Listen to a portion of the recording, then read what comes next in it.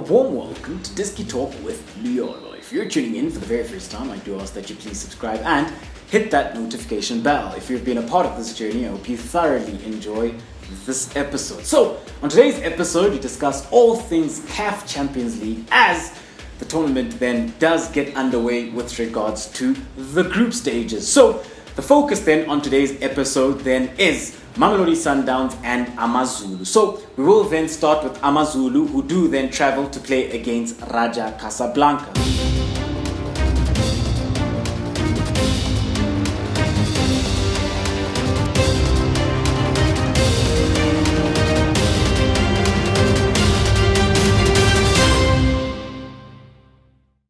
So coming up into this encounter then, it is quite a very, very difficult test for Amazulu, as we do know that the experience that Raja Casablanca have within CAF is very vast, and they are quite a very, very strong team. However, when we have a look then at Amazulu, we're going to have a look then at how they could potentially line up going into this one, and how then they would like to approach the game. So with Amazulu then, they're a team then with Benny McCarthy. They have played various formations, but mostly then has been a 4-2-3-1, and at times which can be a hybrid of a 4-5-1, and so when we have then a look at Amazulu then, in goals most likely have Uveli Motwa, and then the back four then at right back Gumete, two centre backs then Abubakar Mubara, Tapelo Kogi, and then Malepe. So this then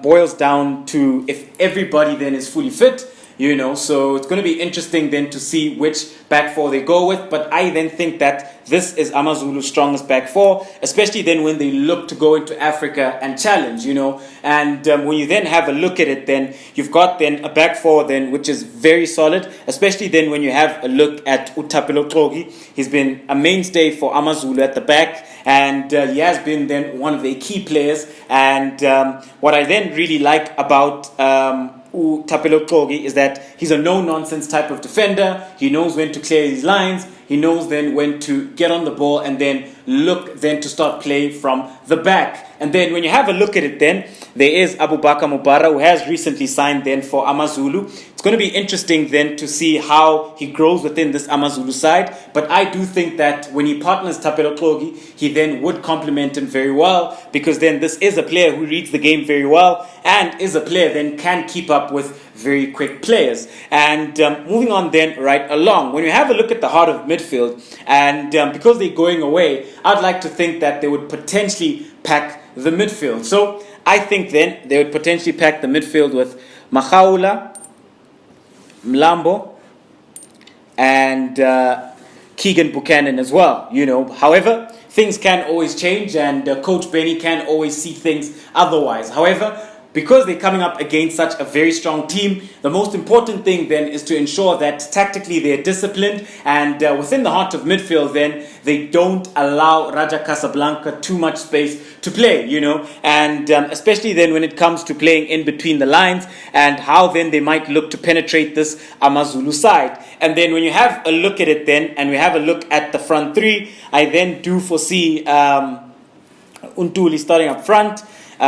You could then have Memela come off the right, and then you could have Mulenga as well. So the reason why then I foresee it like this is that Amazulu could look to then stay compact. They could look to stay defensively sound, and then look to hit Raja Casablanca on the counter. And what then I like about this front three then is that in Mulenga and in Memela as well, you've got two quick players who are both creative and can score the goals as well. And then with Untuli can always hold the ball up and then bring those players into the game. And we do know that with Memela, he will drift in at times, and he will add those numbers within the heart of midfield. And when you have then a look at Amazulu, they've got so many options, because then they could even then look to start with Umulenga, have Kalinge come off the right, have Memela, or vice versa, and then you then have a Diong, you then also have a Maduna as well. So this Amazulu side have a number of options and a number of players who can always come in and impact the game as well. However, traveling then to Raja Casablanca, it will be difficult, and I do see them then having to sit deep at times and having to be compact, and the most important thing then when you do play away within the CAF Champions League is ensuring that you're difficult to break down and that you at least try get that point. However, then I do think that it's going to be a very, very difficult encounter, and very interesting then to see how Coach Benny goes about things and how he lines up. However, I don't foresee Amazulu winning this encounter. In fact, I see them losing 1-0. And then when we have a look then at the other team, which is representing South Africa within the CAF Champions League, it is then the DStv Premiership champions, which are Mamelodi Sundowns. And I mean that for last season, guys. I'm not, the season, until they get that trophy. Yes, we do know that, they're most likely going to win it, but I mean it for last season. So, which then is Mamelodi Sundowns, who've been so dominant,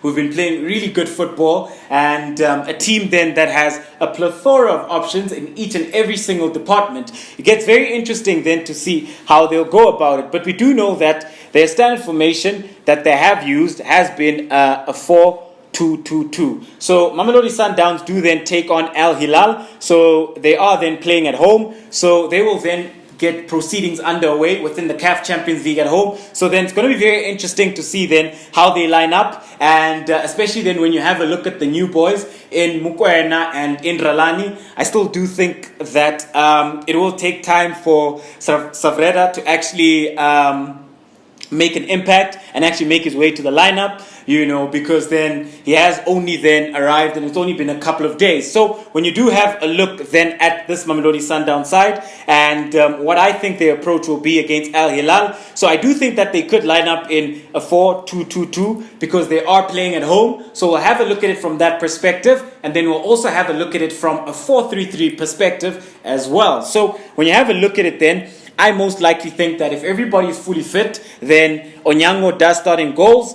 A back four then of Tapelo Morena, Grant Kekana, Rushin Duruk, and then Laila K as the left back. And then when you do have a look at Mamelodi Sundowns and how they'll look to impose themselves. So with regards then to the two fullbacks, we do know that they do look to give that width, and they do look to go high and wide. And what I like then about this Mamelodi Sundowns side is that they will be very confident, they will play on the front foot, and they will look to dominate proceedings at home. And when you have a look at it then, Laila K will offer you that width within vertical zone 1, Tapelo Morena will offer you that width within vertical zone 5. And when you have then a look at Laila K, this is a player then from a technical perspective, ticks numerous boxes by virtue of the fact that he delivers quality balls into the box, and also very good when it comes to free kicks, be it free kicks then where he's looking to go direct on goal, or free kicks then where he's looking then to play that ball into the box for his players, and a player then who is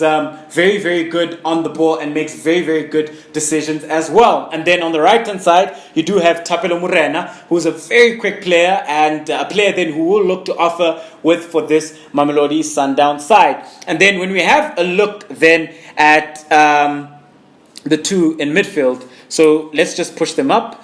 So the two in midfield then, I do foresee Andile Jali and Rivaldo Kutsia as well. So we do know then that Andile Jali in this instance would push up a bit more. Rivaldo Kutsia then, who plays as a libero for Mamelodi Sundowns, he would then often drop into that pocket of space deep and then make it a back three where he drops in between the left sided centre back, which would be Rushin Duruk, and the right sided centre back, which would then be Grant Kekana. And then when you have a look at it then, you will then have Andile Chali, and then I do think that the two number 10s, you will have Uzwane, and then this then gets very interesting because then I think that you could either have Surprise Ralani or you could have Mayema. And when you have a look at Surprise Ralani, then I do know that a lot of people felt that he's sort of too old and Mamelodi Sundowns then didn't need to make the signing. So when you then have a look at Ralani, and we have a look at it then from a different perspective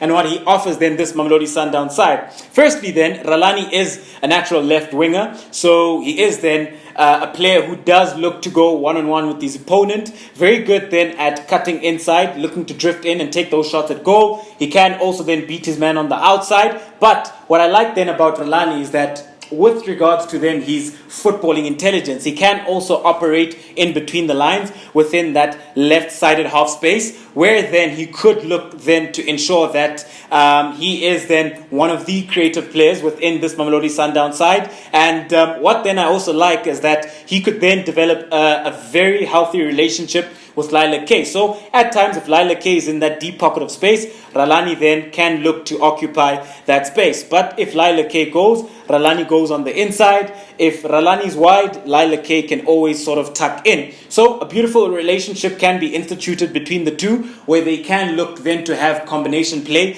down the left-hand side for Mamelodi Sundowns. If not, then you could have Mayema. But I potentially do see Ralani starting. And then you would have Utemba Mshishizwane. We do know how instrumental he is, especially when it comes to CAF Champions League. You know, this is a player then who thrives when it comes to CAF Champions League football, and has performed very well within CAF Champions League, and also then has picked up his form in recent months, and a player then will be very important, especially then when it comes then to instituting that creative action within the half spaces. Also then when it comes to instituting rotational play, and sometimes also seeing him and either Ralani or Mayema then being able to institute an overload to be able then to ensure that they isolate the right-hand side. So very interesting then coming up into this encounter. And then up front, I do see Shalulile starting alongside Safranco or Kutumela. That's how I foresee it then if Mamelodi Sundowns are to go at it from a 4-2-2-2 perspective, as I do think then that they've got the quality to actually play this system against Al Hilal, especially considering that they are at home, so they can play an open game and they can be a bit more expensive and sacrifice the third midfielder. However, if they were to go with the 4-3-3, what would it look like? So when you have a look at it then, I think with regards to the 4-3-3, I do foresee that the back four would remain the same. So you would have Tapelo Murena as the right back, Lila K as the left back, two centre backs in Grant Kegan as a right-sided centre back. As the left-sided centre back, I do think that you would have Rushin Duruk. However, as the three within the heart of midfield, and who I think they would sacrifice up front. So as the three within the heart of midfield, I do foresee them then going with, let's just push the two fullbacks up to offer us that width. I do foresee then Rivaldo Kutsia, Andile Chali, and Tebogo Mokoena as well coming up into this encounter. Let's just push them up there, playing as eights. And then, who I do foresee that they would then sacrifice is either Kutumela or Safranco, so that then they can play a front three then of Ralani, Shalulile, and Themba Zwane as well. So this is what I foresee Mamelodi Sundowns doing if they were to go about it from a 4-3-3 perspective. However, just to note at home, they've got so many options within the heart of midfield. So there is Mkulisi, there is Hashim Domingo, there is Tobi Mvala, So this is a team then from a qualitative perspective ticks numerous boxes. But from a 4-3-3 perspective, this is how I see it. And also then when you have a look at it, they could also go with a Mayema there is Kapinga, there is Sereno as well. So, ladies and gentlemen, do let me know at home, what do you make of the CAF Champions League encounters? Firstly being Amazulu taking on Raja Casablanca, and then Mamelodi Sundowns taking on Al Hilal at home. Who do you think wins the encounter where Amazulu will meet Raja Casablanca? I think Amazulu will lose in that game. And then with Mamelodi Sundowns versus Al Hilal, I think Mamelodi Sundowns will win the game 2-0. However, what do you think? Let me know. Thank you very much for tuning in to yet another special episode of Diski Talk with Luyolo. Signing out.